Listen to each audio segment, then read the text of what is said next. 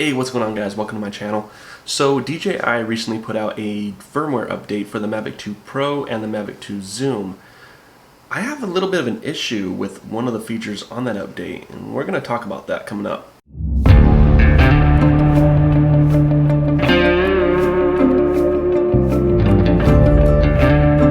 Let's talk about this update that DJI recently released for the DJI Mavic 2 Pro and the DJI Mavic 2 Zoom. Now, there's a handful of little bugs and fixes that this update actually does a really good job at improving the Mavic 2 Pro as a whole. But there is one feature that I have a concern about, and that is the extended range or extended transmission distance. I'm going to go ahead and pull this up on your screen. This is straight from the DJI website, and this elaborates in detail the features of this firmware update. Alright, so the date, July 7th, 2020, aircraft firmware version 01.00.0670. Alright, we're just going to jump on down to the bottom. Alright, what's new? So, increased operating time of remote controller when using in low temperature environments.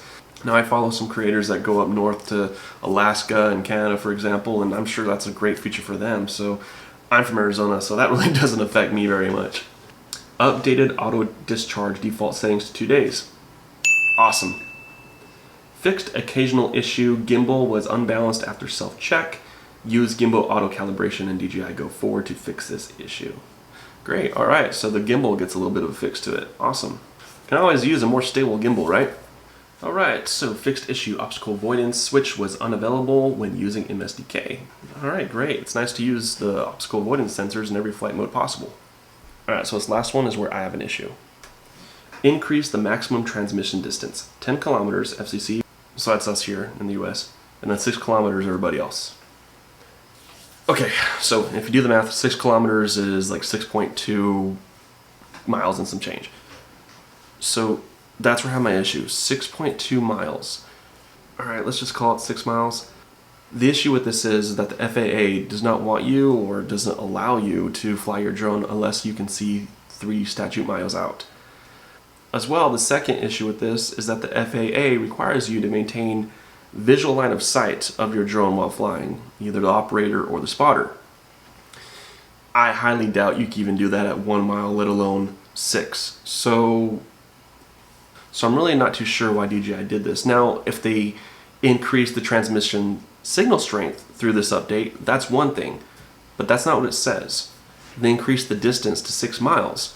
Us as drone owners and drone pilots, we have a stigma that we face every day. I mean, yeah, like this one time, bro, I was flying from my balcony at my condo, bro. I call it my penthouse.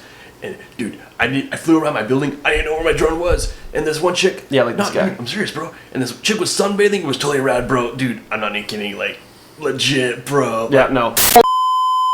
I mean, us drone owners are already fighting a stigma that we're peeping toms, or if we're flying a drone over a neighborhood doing real estate photography, that we're spying on everybody. I saw a video on YouTube about a pilot who was taking some aerial photography for a real estate agent and had the cops called on him because the neighbor thought that he was spying on him in his backyard. I mean, it's this ridiculous stigma that we're already fighting an uphill battle against. But my issue is, this is just going to enable those guys that frankly don't care about the reputation and the image that they are giving the drone community. And this can all ultimately possibly give more pull to those who are trying to restrict flying in more areas and restrict purchasing and importing of drones. I mean, the drone community and the drone product itself has some enemies, and this may result in giving them some more tools and scenarios to justify more regulation. Guys, let me know your thoughts. Am I wrong? Am I overthinking this? Or do I have some validity to what I'm saying? Go ahead and comment below, and if you like this video, please subscribe to my channel. I really appreciate it. Thanks guys, have a good one.